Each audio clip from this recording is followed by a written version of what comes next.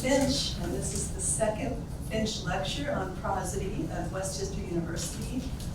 And I'm excited to be here with you all. This lecture is the diversity of meter and the meter of air, iambic meter. So if you haven't watched the other lectures, we will be going into a little bit of review about meter in general, but it would be helpful to go back and watch the other earlier lecture and watch them in order if you really want the full impact. But this should work as well all by itself. So today we're going to be talking about meter in general, and in particular the diversity of meter. The way that we are often taught to believe that there's only one meter that's natural to English, and that meter is, does everybody know? The Iambic meter is usually touted as the most natural meter in English, as if there's something inevitable about an iambic meter, and the others are somehow inferior to it. Actually not true, we're going to be talking about today. And as we're looking at poems in this meter, iambic meter, we're also going to look at the ways that,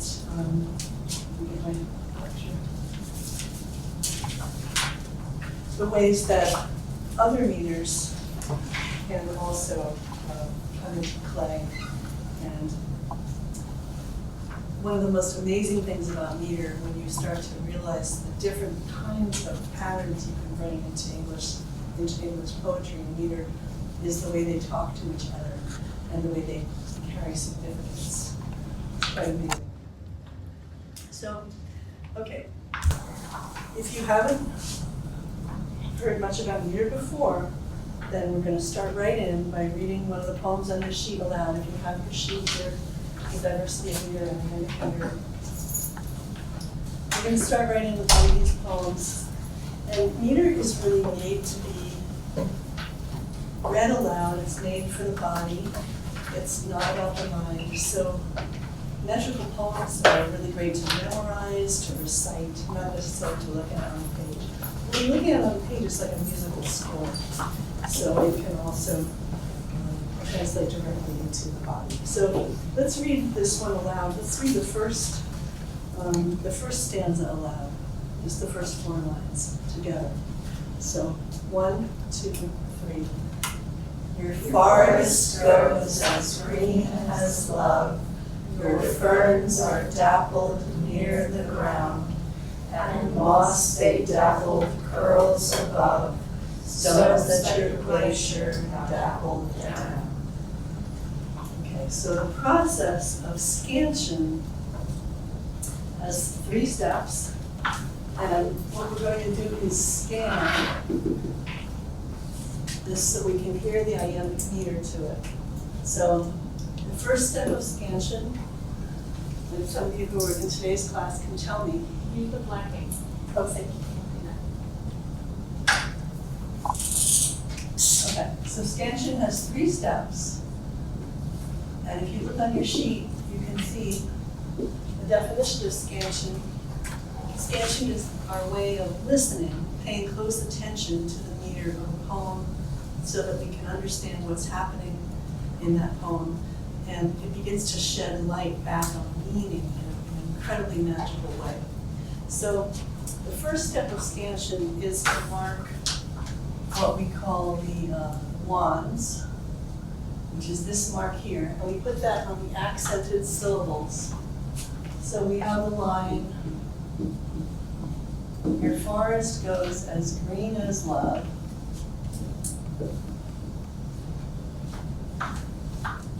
And some of these syllables are going to be stronger than others. This is actually a poem I wrote when I was not much older than you are. So it's fun to circle back through it. And it came to me just like as a chant. And one of the reasons I love to write poetry in meter is because it floats into you, it inhabits you. You can channel it in a way that I think it's unique to meter poetry because it comes through you in a physical way, not necessarily through an idea. So Okay, the first wand or stress syllable is which one? Which of these syllables is stronger than the others? When you say it aloud. You said it aloud together. Let's do the first line again. 1, 2, 3. Your forest grows as green as love. Which syllable is stronger of the first two syllables? Is it your far or your far? I think it's your core. Your far. Does that seem right? So we put a one over that syllable. Your far as goes as green. What's the next one? Far as goes. What's the next one? I guess The beginning of goes. Okay, goes. And goes is a one syllable word, so that's easy. Your far as goes. Okay, and the next one? I do green. Green. Okay. And the next one? Okay, cool. Okay, I'll do another line.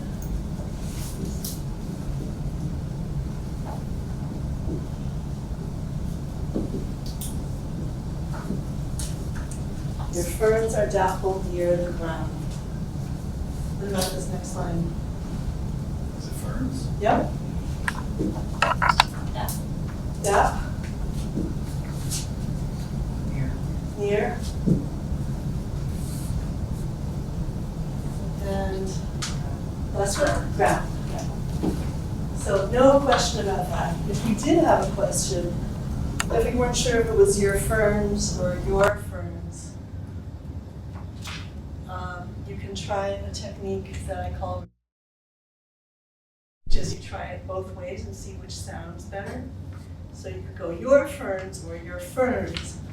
Another way to do it, a variation on this technique, is the shout across the room method. It was invented by a really fun young poet named Jessica Piazza, one of the many young poets who are just learning meter now. I'm discovering how fun it is.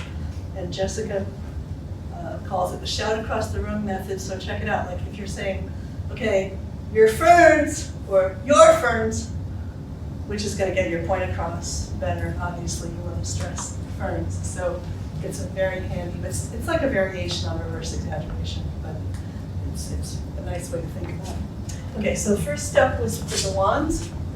Second step, cups. And this is for all the other syllables. So that's easy. You just put it over all the other syllables. Tell me where to do it. As,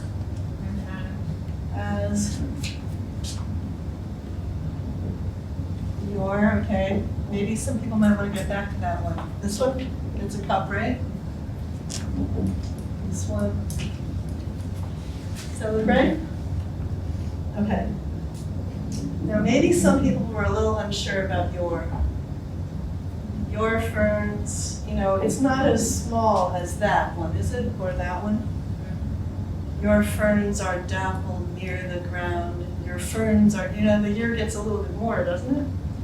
So sometimes this causes people confusion and they're like, well, I don't know. I mean, ferns is definitely getting, the your is getting some emphasis here. I don't know, should I put one of these on top of that? But that doesn't seem right either because ferns is definitely more. So for this, we have this really nifty thing called a half wand, which, if you want, you can do it that way. If it's a very strong stress and you really don't know what to do. The beauty of this one is it's completely up to you. There's no way to do it wrong, whether you want to put a cup or a half wand. But sometimes in a room of people, there might be somebody who's like, I really hear something there. I don't want to put a cup on there. And you can get stuck on it forever. So it's very simple to just say, we'll call it a half wand and move forward. So a very useful tool for those situations. It doesn't really matter, as long as it's less than this is the key, because it's relative. It's all about how relative the stresses are, which is the stronger one. So we're not really counting how many stresses or beats in the line, we're counting how many strong stresses or beats in the line. And maybe, obviously everything has a little bit of a stress, so you wouldn't even hear it at all, right? Okay, so step 3 is the edges. This is between repeating patterns. So here we have the forest goes as green as love. We have cup 1, cup 1, cup 1, cup 1. The same thing repeating.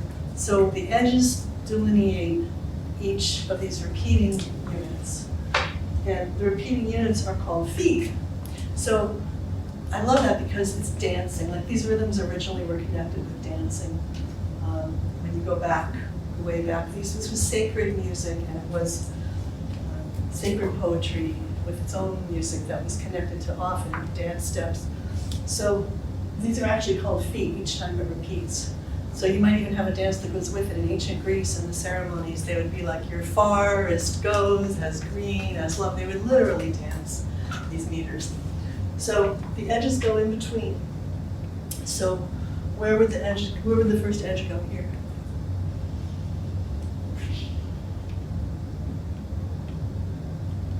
Like you have a cup 1, and then a cup 1, and then a cup 1. So where would you divide it? Like in the center of forest? Yeah, exactly. You can put it right down through it on your page. And what about the next one? With 4 eyes. Yeah. Okay, green, okay, ferns, like that.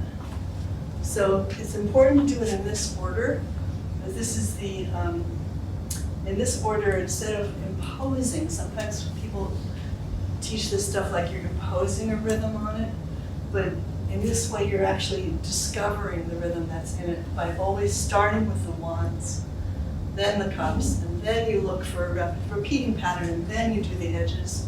This order is really important, especially when you get into more advanced poems. So always do it this way. So is this a creative writing class? Mm-hmm. Or a, This is more of a literature class, Okay, but cool. there's creative writers in here. Okay, cool. So this stuff is also incredibly useful for reading poetry as well, of course.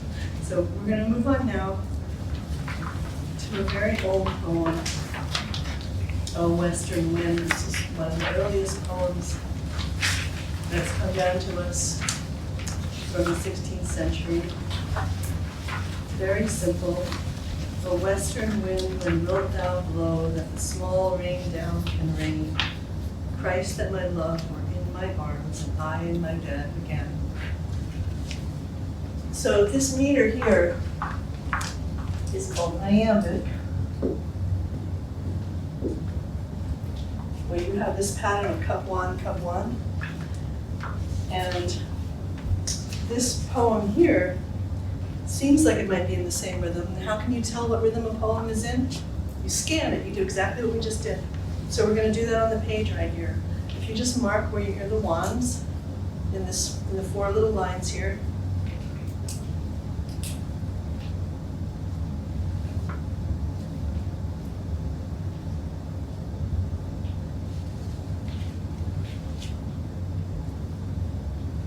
And this is where it's important. You don't want to think, okay, this is iambic and just put cup 1 on top of everything. You really need to hear where you're hearing the actual beat. You need to be honest about what you're hearing. Okay, what did you get? Which syllables did you put your wands on?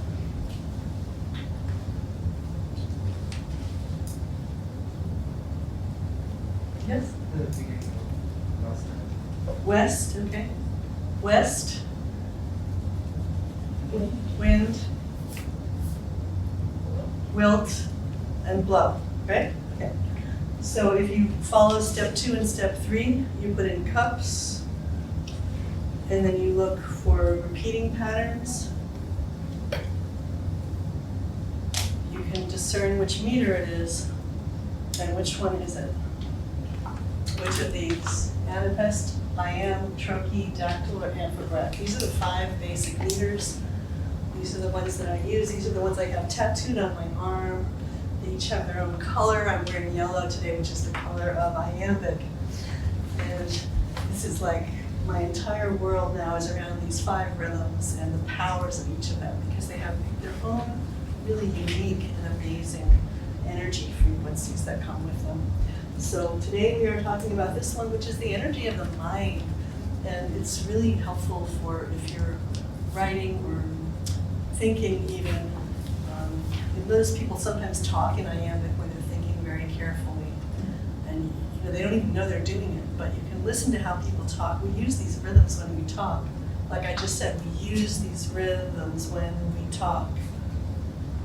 What meter was that? We use these rhythms when we talk. O western wind, when wilt thou blow? Was I just talking iambic? I was, right? Yeah, and it happens when people are thinking very carefully. You'll often notice it comes out in iambic meter. It does seem to me, very much after thinking about it for a long time, to be the meter of the mind. So it doesn't mean that you can't put other things into it, like feelings. You can put anything you want into iambic meter, but it might be especially helpful to use it for situations where you really want clarity and just even in your own thinking, even if you're not a poet per se. But anyway, okay, so the first line, O western wind, when wilt thou blow? It's iambic, right? So we would put our edges, where we put the edges between the feet? West, wind, wilt, and then at the end. You don't need one at the end. You can just put them, okay, just like this. You don't need it at the end. Okay, and then what do we do with this next one? That the small rain down can rain. That one's a little different, right? Where did you put your wands on that one? Small rain down can rain. That the small rain down can rain. It's a variation. And it's an interesting one.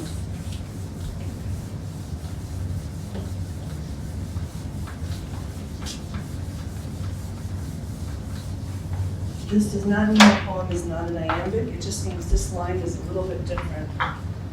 And that the small rain down can rain. Small, for sure, right? That's a small. Okay, what about rain and down? The small rain down can rain. Down gets one, for sure.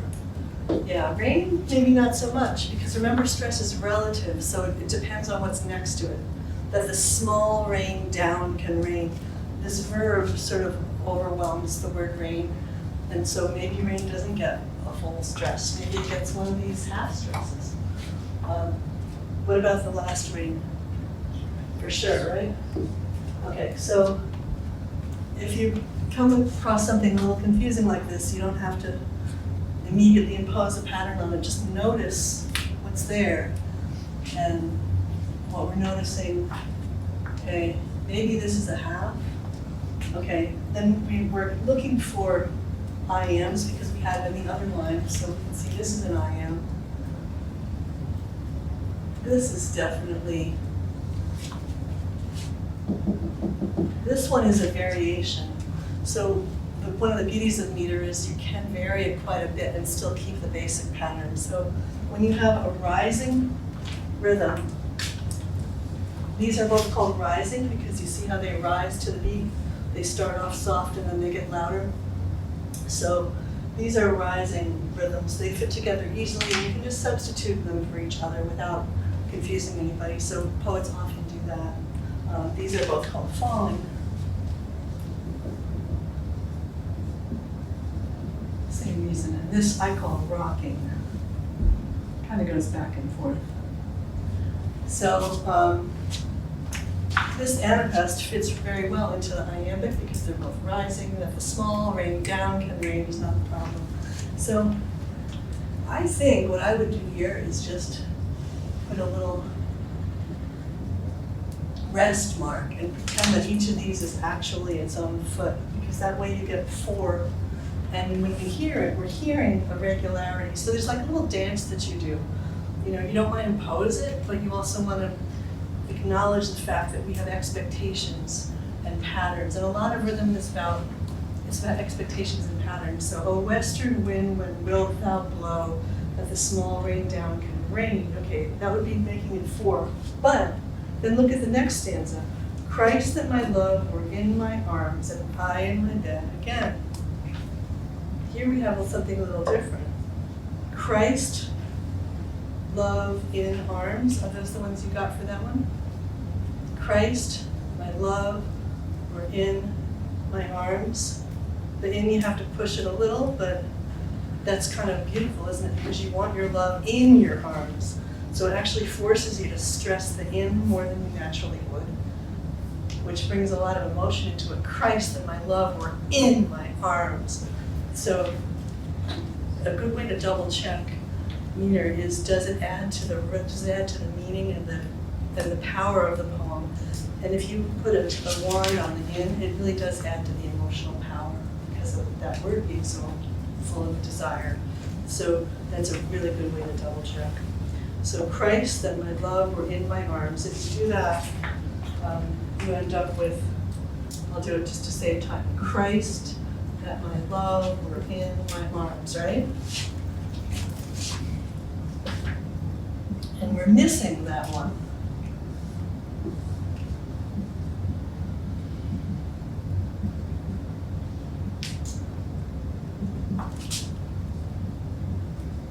Right? Christ that my love were in my arms. Christ that my love were in my arms. That's it, right? But this one, it has parentheses around it. Now this is one more of our little symbols.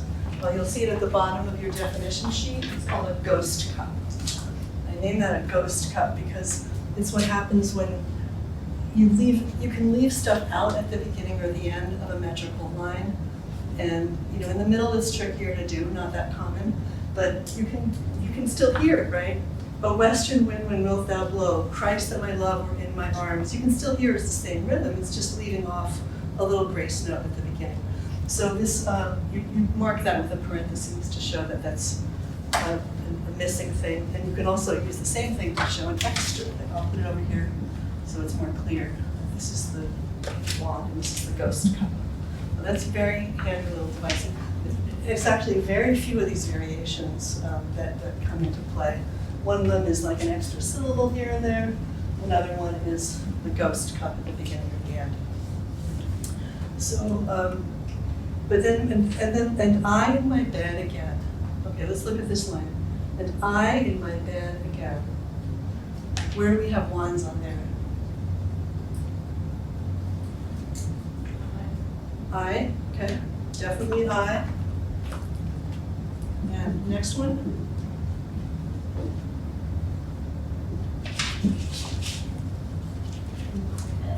Bed. Good job. See, if you were imposing on it, you'd think, oh, it should be cup one, you put it on the my, but you're listening with your ears, it says bed. You are doing it right. That's great. You want to always put your ear first, listen first. I in my bed, and the last one? Yeah. Okay. So now we put our cups in, and when we see that, we see we have cup one, cup one, cup one. Now where should I put the edges? Where are we finding our repeated things? Here it's much easier. Christ, love, we're in my arms. We have the Iamb variation here. What about here? And I in my bed again.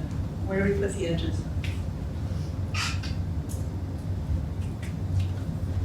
Our basic pattern is what? In the whole poem. In the whole poem, the basic pattern is iambic, right? So after. Yeah, it's cup one is our basic pattern, so we put it after I, And then again after bed. Because the and then variation- after, what? Because of variation. Yeah. After bed. Exactly. And if you ever get stuck, you can start at the end. When you're doing the edges, you can start at the end and then you see you have one here. And that's a way to isolate the middle, which is kind of a fun trick. You don't have to go forward and think, oh, here's a variation. You can also start at the beginning. Here's a cup one. Start at the end. Oh, here's another cup one. You mark those, and then you end up with something in the middle, and you're like, oh, there's a variation. So that's my favorite way to do it. It's just kind of nifty. You basically look for all the cup ones you can find. Okay, and here we go, in my bed. That's the variation. So there's two things we learned from this. One of them is how many feet do we have here? 1, 2, 3. Remember, each one of these is a foot, each little repeating unit where you put the edges. The edges mark feet. So it has 3 feet, and this one has how many? Christ, my love, were in my arms. 4, right. So it's 4, 3, right? It's not 4, 4 at all. And oh, wait a minute, up here we were trying to make that into 4, but now we see, wait a minute, this poem actually has a pattern of 4, 3, not a pattern of 4, 4. So we don't have to worry about putting in these rests here. We can just make that into 1 foot, right? If you want to make that either a cup or a half wand, either one is fine. So you actually end up with 4, 3, 4, 3. So we that second line, that the small ring down can ring, right? So the pattern is 4, 3, 4, 3. The basic meter is iambic, but it has a couple of adapests in it. And now, so that's one thing we've learned by scanning this line, is the whole pattern actually is 4, 3, 4, 3. The other thing is, why do I do this? This is one question. Why do this as students of literature, let alone as poets? I think as poets, it might be more clear. Okay, we do this as poets because, you know, it helps us to become more adept at our craft and be able to move people through our rhythms. But as students and lovers of poetry, it gives us a chance to really notice and appreciate and feel physically the gift of the poem where it combines thought and physical reality, like into one. So, and I in my bed again. Remember how when we noticed that this in was stressed, we appreciate the desire. Christ that my love were in my arms. And here, in the same way, and I in my bed, again, having that extra syllable, instead of just saying, and I in bed again, like just compare it. And Christ that my love were in my arms, and I in bed again. Okay, whatever. Christ that my love were in my arms, and I in my bed again. The desire builds up over that extra syllable, right? So by the time you get to the bed, it's much more of a yearning than if it was just an I in bed again. So by scanning it, you can really notice, okay, here's an iamb, here's an iamb, here's an anapest. This is a variation. You can see, okay, there's a variation. Why does the poet do that? Why has this poem lasted since 1530? That 500 years this little poem has lasted.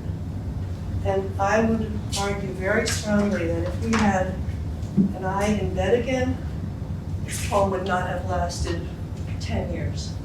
I mean, that's 490 years in that one syllable. That's where you know, it gets you, it just gets you right there. So this is why it really pays off to scan a great poem.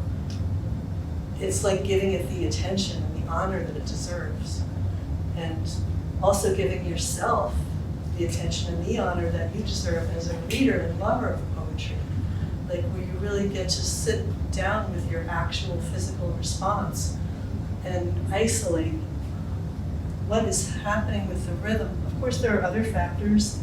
Obviously, the long I in Christ, the R in were, and the R in arms, the way those two go together and create Christ and my love were in my arms. You know, that creates this beautiful, erotic kind of lulling. But it's the meter where the rubber really hits the road. It's the meter where, you know, the magic truly happens. Because any piece of writing, any novel or letter or political speech can play around with were and arms and word music and assonance and consonants and all kinds of stuff like that. But only poetry has the control over every syllable that allows us to have 490 years of power in one syllable.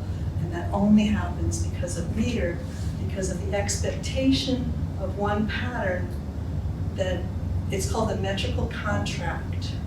The understanding between the reader and the writer. We have this understanding that this, even in this tiny little 4-line poem, that it's going to be 4 iambs and 3 iambs, 4 iambs and 3 iambs. And because we have that understanding, the poet sets it up and we get it right like that in our body, and we trust and we believe this poet is going to move us through the poem, and they're not going to jerk us around, they're not going to change it unless there's a really good reason.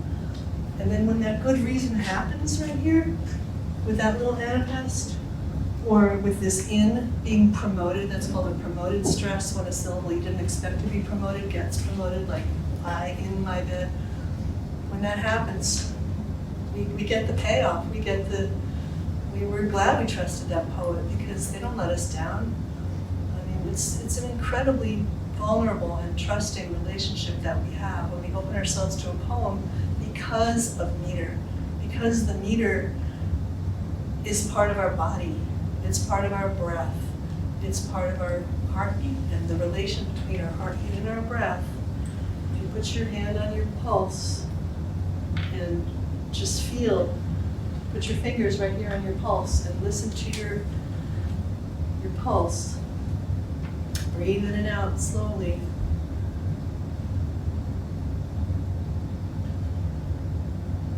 And just think of the first line of this poem. O western wind, when wilt thou blow?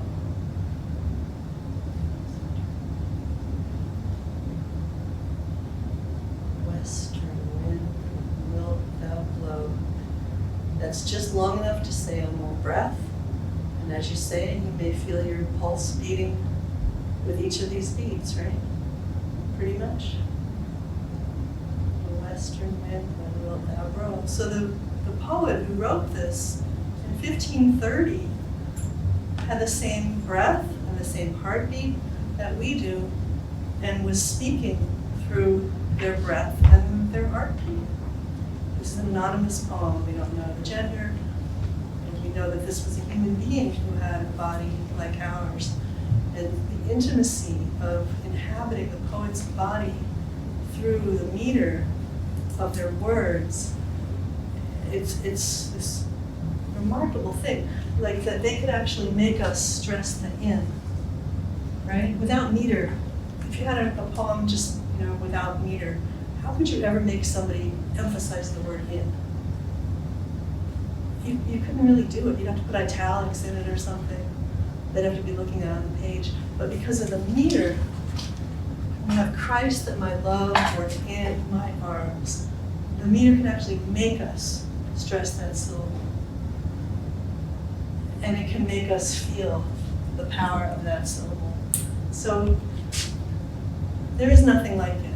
And this is the reason that meter has been the magical tool of the shamans, the medicine people, the people who carry the oral traditions and cultures all over the world. And I believe this is the reason that we still honor poetry today and give it kind of a special place. We use that word poetic to mean something really special. It's because of the power of meter, which comes from the same Indo-European root as the word magic. So the Indo-European root met, meaning power, gives rise to many different words. I guess a couple of you know because you were there this morning. Do you remember some of the words that come out of this root? Proto-Indo-European, actually, even before Indo-European, so maybe about 5,000 years BC or whatever. Do you remember some of the words that come out of it? Mother, mighty, matter, magic, meter. Mother, mighty, matter, magic, all these powerful words. These were goddess worshiping cultures, so mother was a big deal. The great mother was the primary divinity, right? These original matriarchal cultures. And meter. Here's meter right here, coming out of that same root, showing what we can already sense, that this power of meter is a magical power that gives people the power to make spells, to heal, to transform. If you open any book about witches or Harry Potter or whatever, the witches are always using meter, right? Any spell has to be a meter to make that transformation happen. So now you know a little more about how and how to make it happen. So another thing I would like to talk about today is the idea of metrical diversity.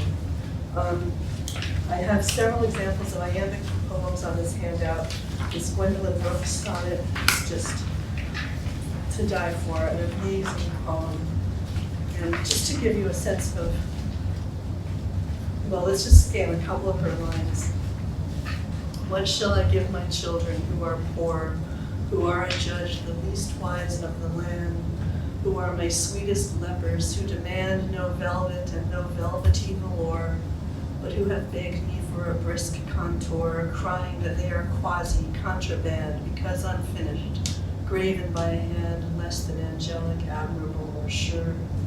My hand is stuffed with mode, design, device, but I lack access to my proper stone, and plenitude of plan shall not suffice, nor grief nor love shall be enough alone to ratify my little halves who bear across an autumn freezing everywhere. I love that word, ratify. So this is an amazing example of the meter iambic pentameter, which is the most common meter by far in the English language. This is the meter of Shakespeare. This is the meter of John Milton's Paradise Lost. This is the meter of Tennyson. Why is this meter so powerful in our culture so far? So that if you look up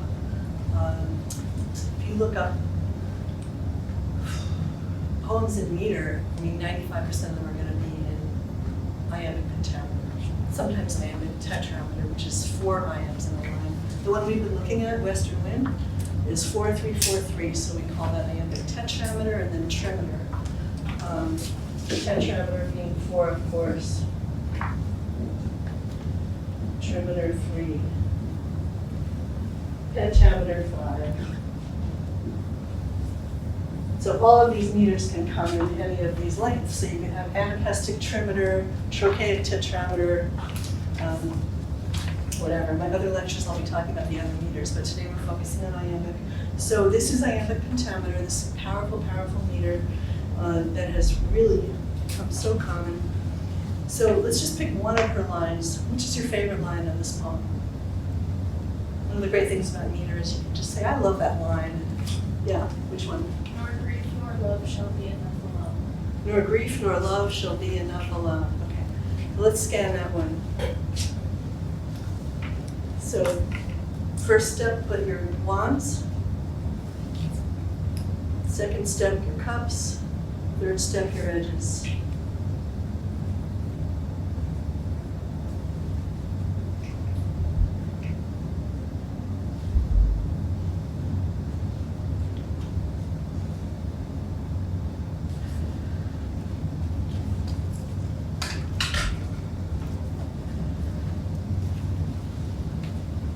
So what did you come up with? I did for the wands, grief, love, be, and then up, like enough, and then love. Everybody else do the same thing? Pretty much. And then you put in your cups. Then you see you have 5 cup wand patterns. Then you put your edges, and you end up with 5 iambs. So sure enough, it is iambic pentameter. So you just scan that line. That's how you scan a line and find out what meter it is. So there are a lot of poems in the iambic pentameter on this handout. The next line, incredible poem by Paul Laurence Dunbar, one of my favorite poems. This one is actually tetrameter. We wear the mask that grins and lies. If we're going to scan that one, just that one line at a time, we're going to put the wands where? Wear, mask, grins, lies. Okay, and then we put the cups, cup 1, cup 1, cup 1, cup 1. We break it up into feet, and we see that we have 4 instead of 5. So this is iambic tetrameter, whereas the Gwendolyn Brooks line was iambic pentameter. The next one by Marilyn Nelson. Let's just see if we can do this one by ear. You tell me when I say it aloud, can you tell it what the meter is? Let's see, let's go. With these new truths, they can hardly wait to teach. Can you do it with your ear now? Do you recognize it? These new truths, they can hardly wait to teach. Bum, bum, bum, bum, bum, bum, bum, bum. What's the meter? Iambic pentameter, exactly, yes. You can recognize it. Okay, we go back to, on the next page. I shall go back again to the bleak sand. Incredible love poem about a breakup. I'm telling you, if you ever have a breakup, just read this one. It's really a delight. So what meter is this one? And build a little shanty on the shore. Ba-bum, ba-bum, ba-bum, ba-bum, ba-bum. What meter is that? Can you guess? Iambic pentameter, yeah, same exact meter, okay. This beautiful poem by George Herbert, incredible spiritual poem. I mean, there are so many Iambic poems out there that I got to choose just, my favorites, because there's so many, it's ridiculous. So compared to other meters where I'm scraping the bottom of the barrel, this one has been so predominant in English language poetry for hundreds of years that this was easy. Okay, so why is this such a predominant meter? Let's move on to John Milton, Paradise Lost, and you'll get a sense of why, and I'm just going to tell you in 5 minutes what's going on with this, because this is really important to keep in mind as a student of literature and as a poet. It all comes down to John Milton. If you go back to the ancient Anglo-Saxon poetry, it was more like rap. It was accentual, it was kind of all over the place, dactyls and trochees flying around. We also had tons of oral poems that were written in anapaests and trochees and a lot of varieties of meter. But in 1674, John Milton published Paradise Lost, the story of the fall of the Garden of Eden, a central story from Christianity. And you probably have seen these first couple lines, they're very famous. Of man's first disobedience and the fruit of that forbidden tree whose mortal taste brought death into the world and all our woe. Well, I might almost say, of man's first iambic pentameter and the fruit of that forbidden tree whose mortal taste brought death into the world and all our woe, because with this poem, iambic pentameter suddenly became the powerful meter in English. The hegemony of iambic pentameter was established with this book. This was the first poem that didn't rhyme. It was just all about the meter. It was all in iambic pentameter, and basically what he wanted to do was take the biblical story of Adam and Eve and turn that story into an epic like the Iliad or the Odyssey, to create like a founding epic for Christianity. And he succeeded, and this poem became the only book in just about every English-speaking household. And for hundreds of years, you go into any ordinary house, people would have 2 books, the Bible and Paradise Lost. That was it. So you can imagine the meter that he chose became so dominant, so powerful. Look at this next poem by the very funny poet R.S. Gwynne, Sam Gwynne, who has a long history with Westchester, and I believe was a poet in residence here at one time. Look at this is a really funny poem. Approaching a significant birthday, he peruses the Norton Anthology of Poetry. Look at this poem. All human things are subject to decay. Beauty is momentary in the mind. The curfew tolls the knell of parting day. When winter comes, can spring be far behind? Forlorn, the very word is like a bell. Well, if you know the history of English poetry, you'll recognize a lot of the lines in this. Forlorn, the very word is like a bell, is from John Keats' Ode to a Nightingale. Winter comes, can spring be far behind, is from Percy Shelley's Ode to the West Wind. The curfew tolls the knell of parting day is the first line of Gray's Elegy in a Country Churchyard. The woods decay and fall is from Tennyson. Bare ruined choirs relate the sweet bird sang is from Shakespeare, of course. You recognize that one again. What was designed of darkness to appall, from Robert Frost's Design. An aged man is but a paltry thing, that's from Tennyson's Ulysses. et cetera, et cetera. If I should die, think only this of me, Rupert Brooks, et cetera, et cetera. When I have fears that I may cease to be, that's Keats again. So basically, he's gone through the index of the Norton Anthology of Poetry and found all of these famous lines. They're all in iambic pentameter, so they all sound great together, and he made one poem out of the whole thing, which is, really funny and everything. It's also kind of tragic, because iambic pentameter has become so dominant, so hegemonic, that today, even though we have experimental poetry all over the place, when you really start scanning, now you have the tools, I've given you the tools to scan, you will see that most of the poetry out there has iambic pentameter in it. Even if it's free verse, even if it's like the most extreme language poetry, experimental avant-garde stuff, it is dominated still by iambic pentameter. And it is, to me, horrifying, because, as you'll see in the other lectures, these other meters, dactylic, trochaic, amphographic, are the meters of the body, the heart, and the spirit. These are such powerful, sorry, this one is spirit.